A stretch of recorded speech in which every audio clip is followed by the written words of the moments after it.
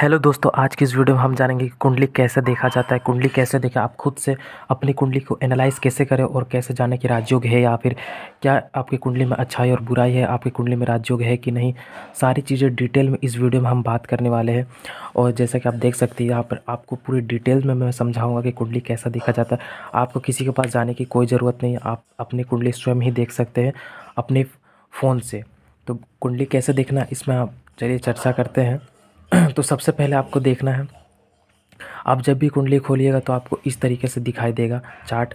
और जिसमें से कि ये जो है फर्स्ट, ये है फर्स्ट हाउस, ये है सेकंड हाउस, ये है थर्ड हाउस, ये है फोर्थ हाउस, ये है फिफ्थ हाउस, ये है सिक्स्थ हाउस, ये है सेवन हाउस, ये एट हाउस, ये नाइन्थ हाउस, ये है टेंथ, और ये 11 और ये 12। तो 12 हाउस होती है कुंडली में, यानी कि 12 घर, जिसे 12 भाव भी बोलते हैं। तो कुंडली में जैसे बोलते हैं ना, द्वितीय भाव, द्वितीय भाव, तृतीय भाव, तो ये इसी को बोलते हैं। और इसमें टोटल 12 घर होते हैं और 12 राशियाँ होती है। 12th हाउस, 12th राशि। अभी मैं समझाऊँ कि 12 राशियाँ इसमें कैसे सेट होती है और 12 घर इसमें कैसे देखे जाते हैं। किस घर की क्या विशेषताएं हैं, क्या नकारात्मक चीज़ है, क्या नेगेटिव है, क्या पॉजिटिव है, किस घर से क्या देखते हैं, सारी चीज़ें डिटेल में मैं अभी इस वीडियो में समझाऊंगा, एक्सप्लेन करूंगा। तो वीडियो में कंटिन्यू बने रहे। तो सबसे पहले आप यहाँ पर देख सकते हैं कि ये कोई भी कुंडली में 12 हाउसेस होती है, सभी कुंडली में।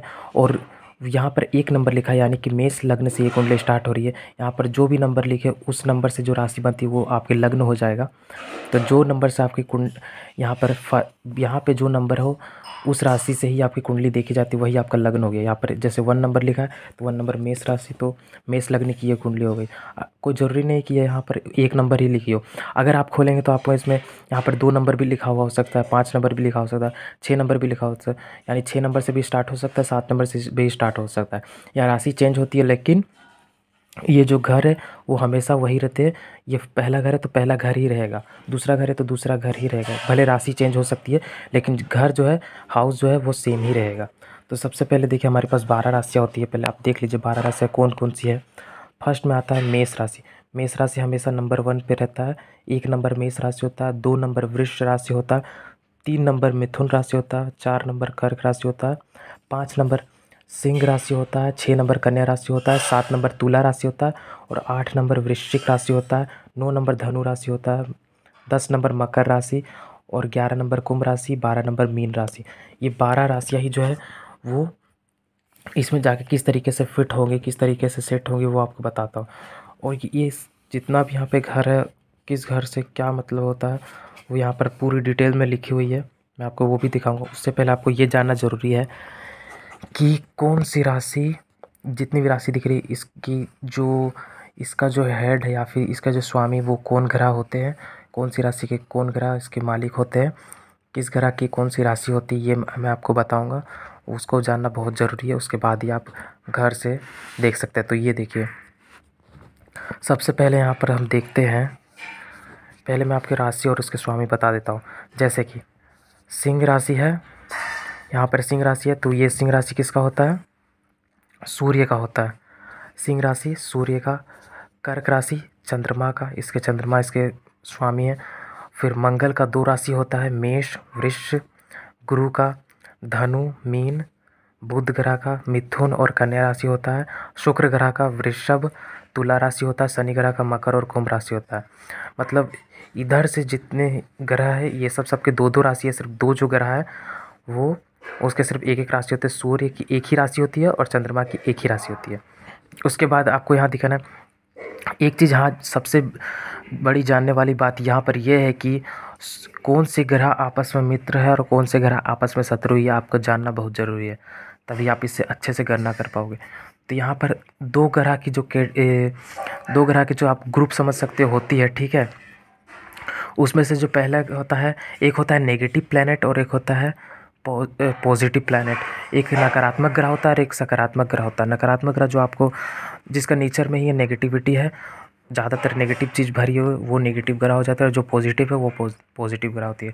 तो पॉजिटिव ग्रह में यहाँ से थे, ये देव ग्रह है ये सब, और ये सब दैत्य ग्रह में से आते हैं इसके अंदर।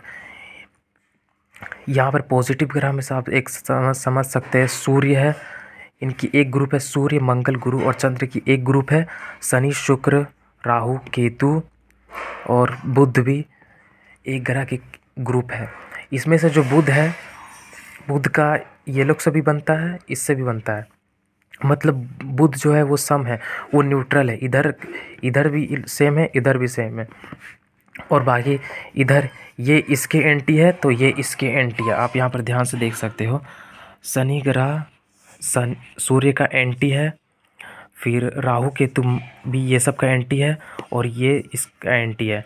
मतलब आप समझ सकते हैं, ये इसके दुश्मन और ये इसके दुश्मन। शनि शुक्र राहु केतु सूर्य मंगल गुरु चंद्रमा के दुश्मन है, ठीक है।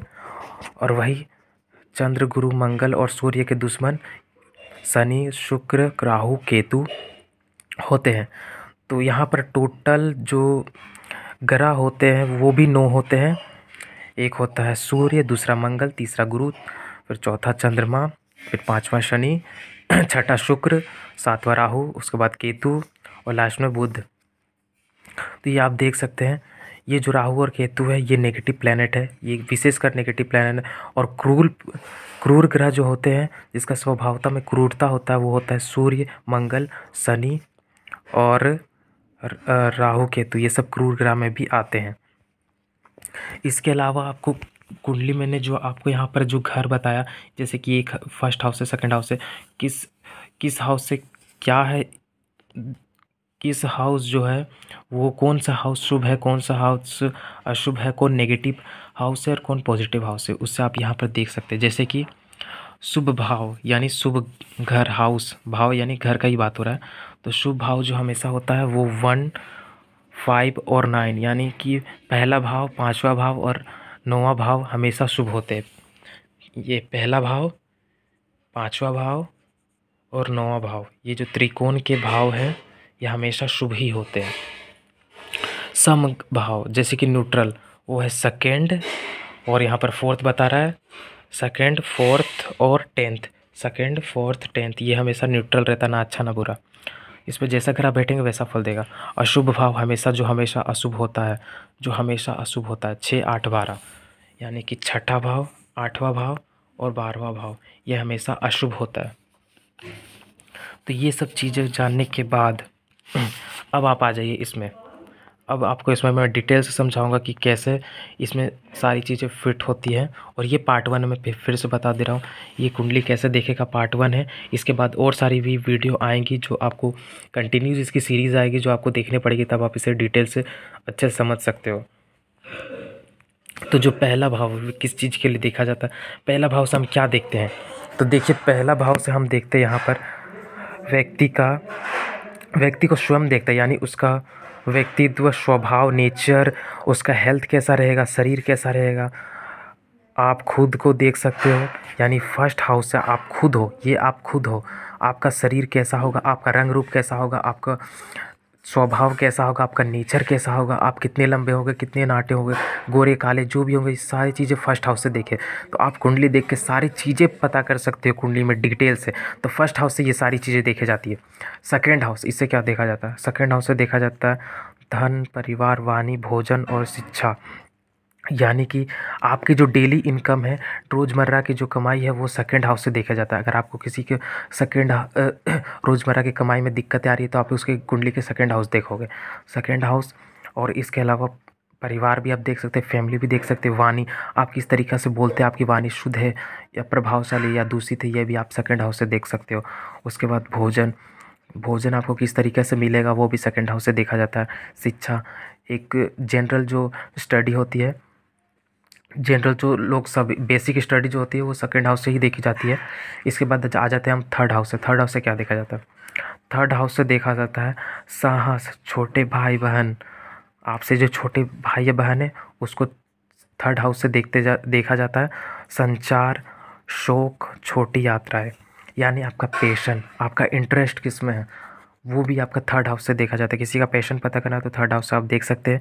इसके अलावा थर्ड हाउस से जो छोटी यात्राएं होती है, ट्रैवलिंग, कम दूरी की, वो भी आपके थर्ड हाउस से देखा जाता है। छोटे भाई बहन थर्ड हाउस से देखे जाते हैं। साहस, आपके अंदर ऊर्जा कितना, आपके अंदर आत्मविश्वास कितना, ये सारी चीज़ें थर्ड हाउस से देखी जाती है। आ जाती है फोर्थ हाउस में। फोर्थ हाउस से क्या देखा जाता है, तो फोर्थ हाउस से देखा जाता है माता, फोर्थ हाउस से देखा जाता है माता, घर, वाहन, संपत्ति और सुख सुविधाएं, यानी आपको अगर आपकी कुंडली से आपकी माँ का स्वास्थ्य देखना, आपकी माँ के साथ रिश्ता कैसा है, ये सब सारी चीज़ देखें तो आपको फोर्थ हाउस देखना पड़ेगा। इसके अगर आपको वाहन देखना है कि आप गाड़ी कितनी लेंगे, आपके पास गाड़ियाँ कितनी होंगी, सुख सुविधाएं कितनी होंगी, ये सारी चीज़ें फोर्थ हाउस से देखी जाती है। मदरलैंड जो बोलता है, मदर टाउन जो बोलता है, ये आपके फोर्थ हाउस ही है। तो फोर्थ हाउस से ये सारी चीज़ें देखी जाती है कि आपके पास संपत्ति कितनी होगी, वो भी फोर्थ हाउस से देखा जाता है। आपका खुद का जो घर होता है पैतृक वाला, वो भी फोर्थ हाउस से देखा जाता है। फिफ्थ हाउस में आते हैं। फिफ्थ हाउस से क्या देखा जाता है, तो फिफ्थ हाउस से देखा जाता है, देखिए फिफ्थ हाउस से देखा जाता है संतान, शिक्षा, बुद्धि, प्रेम, संबंध, मनोरंजन। यानी आपकी जो स्टडी है, एक यहाँ पर भी मैंने बताया था और एक यहाँ पर, मेन जो आपकी यहाँ से स्टडी देखी जाएगी। तो आपकी स्टडी कैसी है, आपकी स्टडी कैसी रहेगी, आप ज़्यादा पढ़ाई करोगे या कम पढ़ाई करोगे, ये सारी चीज़ें पंचम भाव से देखा जाता है। इसके अलावा आपकी बुद्धि कैसी है, आपका शार्प ब्रेन है या आपके नॉर्मल ब्रेन है, ये भी फिफ्थ हाउस से देखा जाता है। और फिफ्थ हाउस से आपके लव अफेयर्स भी देखे जाते हैं और आपके रिलेशनशिप्स भी फिफ्थ हाउस से देखे जाते हैं, सुविधाएं भी फिफ्थ हाउस से देखी जाती हैं। और आपके जो आपके जो डॉटर्स होंगे या फिर चाइल्ड होंगे, वो भी फिफ्थ हाउस से ही देखे जाते हैं। तो ये सारी चीज़ें के लेके आपको इशू है, अगर आपसे जो जो चीज़ें मैंने बताया उससे इशू है, तो आप इसके लिए फिफ्थ हाउस को देखेंगे। इसके अलावा लॉटरी, सट्टा, जुआ, आप लॉटरी में सफल होंगे कि नहीं, यानी कि जितना भी तरह का लॉटरी, सट्टा, जुआ, गेमलिंग, ये सब सारी चीज़ें फिफ्थ हाउस से ही देखी जाती है। सिक्स हाउस पे आते हैं। सिक्स हाउस से क्या देखा जाता है, रोग, शत्रु। मैंने पहले ही बताया सिक्स हाउस और एट हाउस और ट्वेल्थ हाउस नेगेटिव हाउस है। तो सिक्स हाउस से क्या देखा जाता है, देखिए रोग, शत्रु, ऋण, सेवक, नौकरी, दैनिक कार्य। यानी आपकी बीमारियां कितनी होंगी, आपकी कौन कौन सी बीमारियां होंगी, आपके जितने भी हेल्थ इशू है वो सारी सिक्स हाउस से देखे जाती हैं।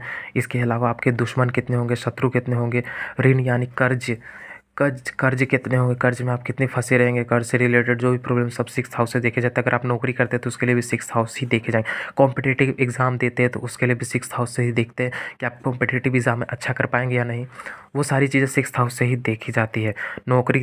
फिर दैनिक कार्य, रोज़मर्रा के जो काम है वो भी सिक्स हाउस से ही देखे जाते हैं। अगर इन सब चीज़ों से अगर प्रॉब्लम हो रही है तो आपको सिक्स हाउस को देखना पड़ेगा, उसके ग्रह को देखना पड़ेगा, वो कहाँ बैठा है, उसके हिसाब से आपको उपाय करना होगा।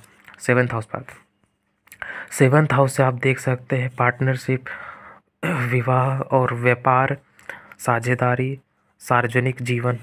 यानी यहाँ पर आपको ये आपका है स्पाउस का घर है, यहाँ से आप अपने स्पाउस को देख सकते हैं, यानी आपके जीवन साथी को देख सकते हैं, जिससे साथी होगा वो कैसा होगा, इसी घर से पता चलेगा कैसा होगा, अच्छा होगा, बुरा होगा। उससे रिलेटेड प्रॉब्लम आ रहे तो समाधान भी इसी घर से ही करना होगा। इसी घर के जो स्वामी होंगे उसके उसके स्वामी ग्रह के से आपका इसका समाधान करना होगा। जैसे यहाँ 7 नंबर लिखा है तो 7 नंबर हो गया तुला राशि, शुक्र का राशि है तो शुक्र इसका स्वामी ग्रह बनता है। तो अगर इससे कोई भी रिलेटेड प्रॉब्लम आएगा तो शुक्र ग्रह को ठीक करना होगा, उसका दान पुण्य मंत्र जप करना होगा, तब ठीक होगा। इसके अलावा यहाँ पर पार्टनरशिप, अगर आप व्यापार में भी करते हैं, आप बिजनेस करते हैं पार्टनरशिप में, तो उससे पहले आपको सेवन्थ हाउस देखना पड़ेगा, आपका सेवन्थ हाउस अच्छा है कि नहीं है। ख़राब है तो करिएगा तो बिजनेस डूब जाएगा।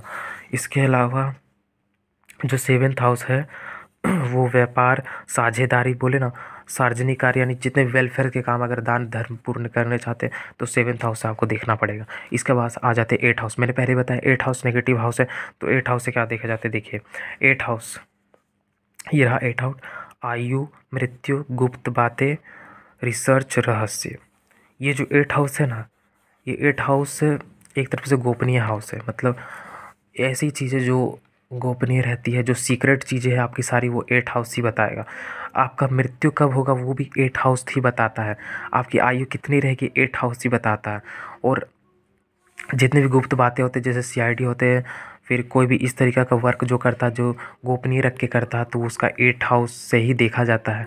ठीक है, आपको रिसर्च कर रहे हैं, रिसर्च में डीप में जाना चाहते हैं तो उसके लिए एट हाउस बलवान होना ज़रूरी है। तो एट हाउस से ही ये सब चीज़ देखी जाती है। इससे रिलेटेड प्रॉब्लम आ रही तो एट हाउस के उपाय करने पड़ेंगे तभी ठीक होगी। इसके बाद आ जाते हैं नौवें घर पे नौ भाव पे। तो नाइन्थ हाउस से क्या देखा जाए, नाइन्थ हाउस गुरु, भाग्य, धर्म, तीर्थ यात्रा, उच्च शिक्षा। मैं इसमें और डिफाइन से बताऊंगा। नाइन्थ हाउस से आपके जो गुरु है, आपके जीवन में कोई गुरु होंगे तो वो चीज़ नाइन्थ हाउस से देखा जाता है, नाइन्थ हाउस से। इसके अलावा नाइन्थ हाउस से आपको क्या देखा जाता है, भाग्य, आपका लक, यानी कि जो नॉर्मल जो जनरली लोगों के जो सवाल रहते हैं कि उनका भाग्य कैसा रहेगा, वो लक पे ही वो जानना चाहते हैं उनका लक अच्छा है कि ख़राब है। वो सारी चीज़ लक यहीं से देखा जाता है, यही है आपका लक का घर। तो लक के मामले में आपको 9th हाउस देखना पड़ेगा। इसके अलावा 9th हाउस आपका धर्म के लिए देखना पड़ेगा, आप कितने धार्मिक हो। और आपके जितने भी तीर्थ यात्रा होंगे वो सारी 9th हाउस से ही देखे जाते हैं, कितने होंगे, अच्छे होंगे बुरे होंगे, जो भी 9th हाउस से देखे जाएंगे। इसके अलावा उच्च शिक्षा, हायर एजुकेशन, ये है जनरल शिक्षा के लिए, हायर एजुकेशन के लिए 9th हाउस आपको देखना पड़ेगा। अब इसके बाद आ जाते हैं 10th हाउस में। 10th हाउस से क्या देखते हैं, कर्म, पैसा, समाज में स्थिति, प्रतिष्ठा, सरकारी काम। आपकी जितने आप जो कर्म करेंगे इस जीवन में, जो भी कर्म करने के लिए आए हैं, वो सारी चीज़ें आपको 10th हाउस से ही पता चलेंगी। आप किस कर्म के लिए आए हैं, आपके जीवन में मेन कार्य उद्देश्य क्या होगा, वो 10th हाउस बताएगा। आप नौकरी करते हैं तो उससे भी 10th हाउस देखा जाएगा। यहाँ मैंने बताया था नौकरी के लिए, ये तो सिर्फ नौकरी के लिए, लेकिन आप जो भी कर्म करेंगे, आप बिजनेस करेंगे, नौकरी करेंगे, मतलब कार्य जो करेंगे, जो कर्म करेंगे, वो 10th हाउस से ही देखा जाएगा। आपकी 10th हाउस से इनकम भी एक तरफ से देखा जा सकता है। इसके अलावा कर्म, पैसा, बोले ना पैसा, समाज में स्थिति, समाज में आपकी स्थिति कैसे रहेगी, समाज में आपकी प्रतिष्ठा कैसे रहेगी, आपकी इज्जत कैसे रहेगी, 10th हाउस से देखा जाता है। इसके अलावा बड़े ये 10th हाउस, प्रतिष्ठा, सरकारी, अगर आपके सरकारी नौकरी लगेगी कि नहीं, वो भी आपको 10th हाउस से ही देखना पड़ेगा। 10th हाउस से ही सरकारी नौकरी देखी जाती है, सरकारी गवर्नमेंट जॉब, ये सारी चीज़ अगर आपको पता करनी है तो 10th हाउस से देखना। कोई भी रिलेटेड प्रॉब्लम आ रही है तो आपको 10th हाउस का उपाय कर लेना है। 11th हाउस पे आते हैं। जो 11th हाउस होता है वो आय, लाभ, मित्र, आकांक्षा, आय, देखिए 11th हाउस है आय, लाभ, मित्र, आकांक्षाएँ, बड़े भाई बहन, यानी कि डिज़ायर, यहाँ 11th हाउस है। यहाँ से आपका आय देखा जाता है, एक तरफ से इनकम जो होता है, लाभ यानी लाभ आपको जो मिलेगा इस जीवन में, आपको जो जो भी चीज़ लाभ होगा वो 11th हाउस से देखा जाता है। आपके कितने मित्र होंगे, अच्छे होंगे, बुरे होंगे, एक होंगे, अधिक होंगे, वो 11th हाउस से ही देखा जाता है। ये सारी चीज़ आपको 11th हाउस से ही देखनी पड़ेगी। और आपकी जो डिज़ायर है, आपकी डिज़ायर पूरी होगी कि नहीं, आकांक्षाएँ पूरी होंगे कि नहीं, आपके डिज़ायर जो आपकी सोच के रखे हैं वो पूरी होंगे कि नहीं, वो भी 11th हाउस से देखते हैं। अगर इससे रिलेटेड प्रॉब्लम आ रहा है तो आपको इसको उपाय करना होगा। 12th हाउस पे आते हैं। 12th हाउस भी नेगेटिव हाउस है, जैसा कि मैंने पहले भी बताया था। 12th हाउस, ये देखिए 12th हाउस आपको दिखाने के लिए दिखा दे रहा हूँ। वह हानि, आध्यात्मिक मुक्ति, अस्पताल, विदेश यात्रा। 12th हाउस से आपको क्या देखा जाता है, 12th हाउस से आपको देखा जाता है कि वह आप जितना भी इस जीवन में कमाएंगे, यहाँ से लाभ हुआ, यहाँ खर्च करने का, ये अंतिम भाव है आपके जीवन का, ठीक है। आप कितना खर्च करेंगे, आपके बीमारी पे कितना खर्च होगा, व्यय कितना होगा, कितना खर्चा होगा, खुद पे होगा, दूसरों पे होगा, ये सारी चीज़ें 12th हाउस बताते हैं। अस्पताल के खर्चे, जेल यात्रा भी अगर आपको है तो 12th हाउस से ही देखे जाते हैं। मुकदमे 12th हाउस से देखा जाता है। विदेश यात्रा करना चाहते हैं वो भी 12th हाउस बताएगा कि आपका विदेश यात्रा कैसा होगा, अच्छा होगा, बुरा होगा, खराब होगा, यहाँ के ग्रह किस ग्रह कौन ग्रह बैठे हैं और इसका स्वामी कौन है, उससे वही आपको बता सकता है कि इसके में सबके अलग अलग होते हैं। आप किसी के अलग ग्रह होगा, किसी के अलग ग्रह होगा, तो वो पर्सनलाइज कुंडली देखने पर ही पता चलता है। तो ये सारी चीज़ें आपके 12th हाउस बताते हैं। सो आई होप करता हूँ आपको ये वीडियो समझ में आया होगा। अगर नहीं समझ में आते वीडियो दोबारा से ज़रूर देखिएगा, तो आपको क्लियर से पता चल जाएगा कि मैंने क्या कहने की कोशिश की है। तो ये पार्ट 1 था। अगर ये अभी पूरा कंप्लीट नहीं हुआ, इसके बाद भी अभी पार्ट 2 आएगा, अभी बहुत सारा पार्ट है, तो उसमें आपको और भी बताऊँगा कि और डीपली कैसे आप देख सकते हैं। और इसमें बहुत सारी चीज़ें हैं, इतना ही देख लेने से सिर्फ नहीं होता है, इसमें बहुत सारी चीज़ें हैं। तो अभी मैं नेक्स्ट वीडियो में बनाऊंगा, तब तक के लिए स्टे ट्यून। और वीडियो को लाइक कमेंट ज़रूर करें ताकि मैं मोटिवेट रहूँ और वीडियो बनाता रहूँ। तो वीडियो पसंद आए तो वीडियो को लाइक और कमेंट ज़रूर करें और हमारे चैनल को सब्सक्राइब करें। धन्यवाद।